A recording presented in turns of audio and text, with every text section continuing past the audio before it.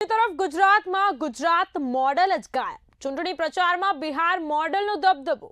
જી હા, બિલકુલ આપને જણાવી દઉં કે મતદાન જાગૃતિના નામે ઠુમકા અને રાજકીય પ્રચારનો હાઈ વોલ્ટેજ ડ્રામા સામે આવ્યો છે.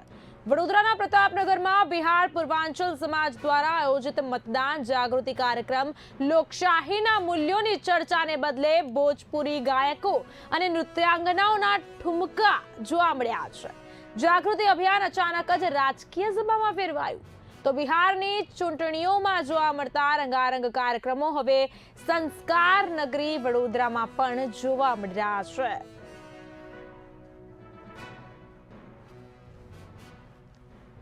મહત્વનું છે કે ગુજરાતમાં ગુજરાત મોડલ જ ગાયબ થયું હોય તેવો પ્રશ્નાર્થ ઉભો કરતી આ ઘટના અત્યારે વડોદરા ખાતેથી સામે આવી છે. ચૂંટણી પ્રચારમાં બિહાર મોડલનો દબદબો જોવા મળ્યો છે. મતદાન જાગૃતિના નામે ઠુમકા અને રાજકીય પ્રચારનો હાઈ વોલ્ટેજ ડ્રામા સામે આવ્યો છે. વડોદરાના પ્રતાપનગરમાં બિહાર પૂર્વાંચલ સમાજ દ્વારા આયોજિત મતદાન જાગૃતિ કાર્યક્રમ લોકશાહીના મૂલ્યોની ચર્ચાને બદલે ભોજપુરી ગાયકો અને ઠુમકા જાગૃતિ અભિયાન દરમિયાન જોવા મળ્યા છે. તો આ મામલે વધુ અપડેટ સાથે અમારા એસોસિએટ એડિટર ઉમંગ સોની ફોન લાઈનના માધ્યમથી જોડાઈ ગયા છે.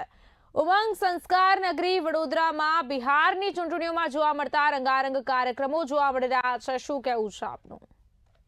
સર, તમને જણાવી દઉં કે ગુજરાતની એકમાત્ર સંસ્કારી નગરીમાં આ એક ઘૃણાસ્પદ ઘટના બની છે. ખાસ કરીને જે વડોદરામાં પ્રતાપનગર વિસ્તાર છે ત્યાં બિહારી લોકો વધારે અને પૂર્વાંચલના લોકો વધારે રહે છે. ત્યાં આગળ એક રાજકીય પક્ષ દ્વારા મતદાન જાગૃતિ માટેનો કાર્યક્રમ રાખવામાં આવ્યો હતો. પરંતુ મતદાન જાગૃતિ કાર્યક્રમ હેઠળ ત્યાં આગળ બિહાર અને પૂર્વાંચલ વિસ્તારમાં જે ઠુમકા લાગે છે, ત્યાં લગ્ન હોય કે કોઈ સારો પ્રસંગ હોય ઘરમાં, જે ઠુમકા લાગે એ ઠુમકા જેવા લાગવાથી એના વિડીયો સોશિયલ મીડિયામાં વાયરલ થયા. તેથી ખાસ કરીને વડોદરા સંસ્કારી નગરીનું નામ બગડ્યું છે. અને તદુપરાંત ગુજરાતમાં દેશભરમાં જે ગુજરાત મોડલની વાત ચાલે છે, પરંતુ ગુજરાત મોડલની જગ્યાએ અત્યારે બિહાર અને પૂર્વાંચલ મોડલનું અહીંયા ઠુમકા દેખાઈ રહ્યા, જેના કારણે ગુજરાતની ગરિમાને ઠેસ લાગી છે. સરકારે જો ખરેખર ચૂંટણીમાં જે આ મતદાન જાગૃતિનો જે કાર્યક્રમ રાખ્યો હોય તેમાં ધ્યાન રાખવું જોઈએ. ખાસ કરીને જે રાજકીય પક્ષોને બી એવી અમારી વિનંતી છે કે ગુજરાતની ગરિમાને ઠેસ ના પહોંચાડે. અને ખાસ કરીને જો એ વડોદરામાં હોય અને જે સંસ્કારી નગરીનું નામ આપેલું હોય તેનું નામ ઠુમકાને લીધે અને આ જે વિડીયો વાયરલ થયા છે, જેના કારણે ગુજરાતની દેશભરમાં વડોદરા અને ગુજરાતનું નામ બગડ્યું છે, તે રાજકીય પક્ષોએ ધ્યાન રાખવા જેવી બાબત છે. બિલકુલ ઉમંગ, સૌથી મહત્વની બાબત છે કે ગુજરાતમાં ગુજરાત મોડલ જ ગાયબ થઈ ગયું હોય તેવો પ્રશ્નાર્થ ઉભો થઈ રહ્યો છે. આ સાથે જ ચૂંટણી પ્રચારમાં બિહાર મોડલનો દબદબો વધારે જોવા મળી રહ્યો છે. આ બાબતે શું માનવું છે આપનું?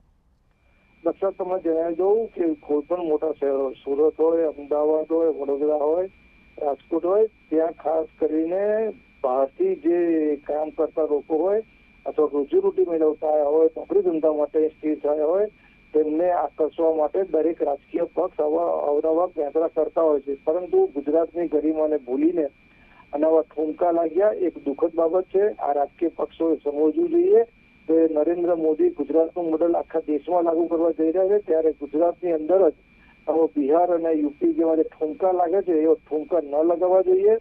આમ ગુજરાતનું મોડલ જો ખરેખર અપનાવવું હોય તો સારી પદ્ધતિનો અપનાવવું જોઈએ. પરંતુ આવી રીતે રાજકીય જે ખાસ કરીને મતદાન જાગૃતિ અભિયાન વખતે આવા ઠુમકા લાગ્યા એ ખરેખર નિમ્ન કક્ષાની રાજનીતિ કહેવાય. તમે ગુજરાતમાં રહો છો તો ગુજરાતની ગરિમાને જાળવો. આમ કોઈ પણ રાજકીય પક્ષ હોય, આપણે કોઈ રાજકીય પક્ષનું નામ દેતા નથી, પણ જે પણ રાક્ષસો છે આ બૃહત્તર કામ કર્યું છે, તેમને સમજવું જોઈએ. નહીંતર તો આ પ્રજા ગુજરાતની અને ખાસ કરીને વડોદરાની સંસ્કારી નગરી પ્રજા બહુ સારી છે. આનો જવાબ બેલેટ પેપરમાં ચોક્કસ તમને જોવા મળશે. બિલકુલ ઉમંગ, આ સાંસ્કૃતિક કાર્યક્રમને મતદાન જાગૃતિ માટેના કાર્યક્રમ તરીકે આયોજકોએ જે છે પ્રસ્થાપિત કર્યો હતો, પરંતુ સાંસ્કૃતિક કાર્યક્રમ ની અંદર ભાજપના તમામ ઉમેદવારો પણ ઉપસ્થિત રહ્યા હતા અને તેઓની ઉપસ્થિતિમાં જ નૃત્યાંગનાઓએ સાંસ્કૃતિક કાર્યક્રમના નામે ઠુમકા લગાવ્યા હતા. તમામ જે ઉમેદવારો છે તેઓની પણ ઉપસ્થિતિ અહીંયા જોવા મળી હતી. તે બાબતે આપનું શું કહેવું છે? સર, તમને જણાવી દઉં કે આજકાલમાં ચૂંટણીમાં કોઈ પણ પક્ષ હોય તેઓ આ રીતની રાજનીતિ કરતા હોય છે. તેમના વોટથી જ મતલબ હોય છે. જો ગુજરાતની ગરિમા હોય કે દેશની ગરિમા હોય, જ્ઞાતિનો ભેદભાવ હોય, એ તમામ વસ્તુ ભૂલી જતા હોય છે. તેમનો એક જ ઈરાદો હોય છે કે અમે ચૂંટણીમાં સામ દામ દંડ ભેટી કેવી રીતે જીતવી.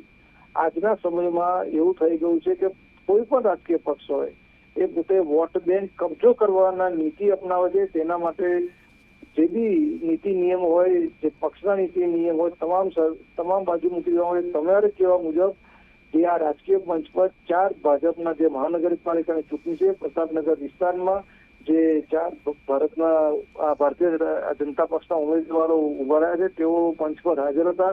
તેથી સ્પષ્ટ થાય છે કે આ ભાજપ પ્રેરિત કાર્યક્રમ હતો. સ્વાભાવિક છે કે જે કોઈ પણ રાજકીય પક્ષ સત્તા પર હોય તો તેનો લાભ 100% લેવાનો પ્રયત્ન કરે છે. એ કોઈ બી પક્ષ હોય, કોઈ પણ રાજ્યમાં હોય, જે પક્ષ શાસક પક્ષ હોય તે પોતાની તમામ રણનીતિ અપનાવી અને પ્રજાને પોતાના તરફ આકર્ષવાનો પ્રયાસ કરે છે. એના ભાગરૂપે ભાજપના જે બી 4 કેન્ડિડેટ હતા એમને સમજવું જોઈએ કે તેઓ ગુજરાતમાં છે અને ખાસ કરીને વડોદરાની સંસ્કારી નગરીમાં છે.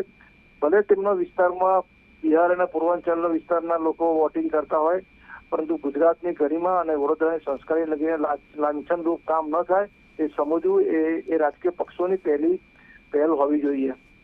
જી ઉમંગ, માહિતી બદલ આભાર. ગુજરાતમાં ગુજરાત મોડલ ગાયબ થયો હોવાનો પ્રશ્નાર્થ કરતી ઘટના સામે આવી છે. ચૂંટણી પ્રચારમાં બિહાર મોડલનો દબદબો. મતદાન જાગૃતિના નામે ઠુમકા અને રાજકીય પ્રચારનો હાઈ વોલ્ટેજ ડ્રામા સર્જાયો હતો. વડોદરાના પ્રતાપનગરમાં બિહાર પૂર્વાંચલ સમાજ દ્વારા આયોજિત મતદાન જાગૃતિ કાર્યક્રમ લોકશાહીના મૂલ્યોની ચર્ચાને બદલે ભોજપુરી ગાયકો અને નૃત્યાંગનાઓના ઠુમકાના દ્રશ્યો જ સામે આવ્યા.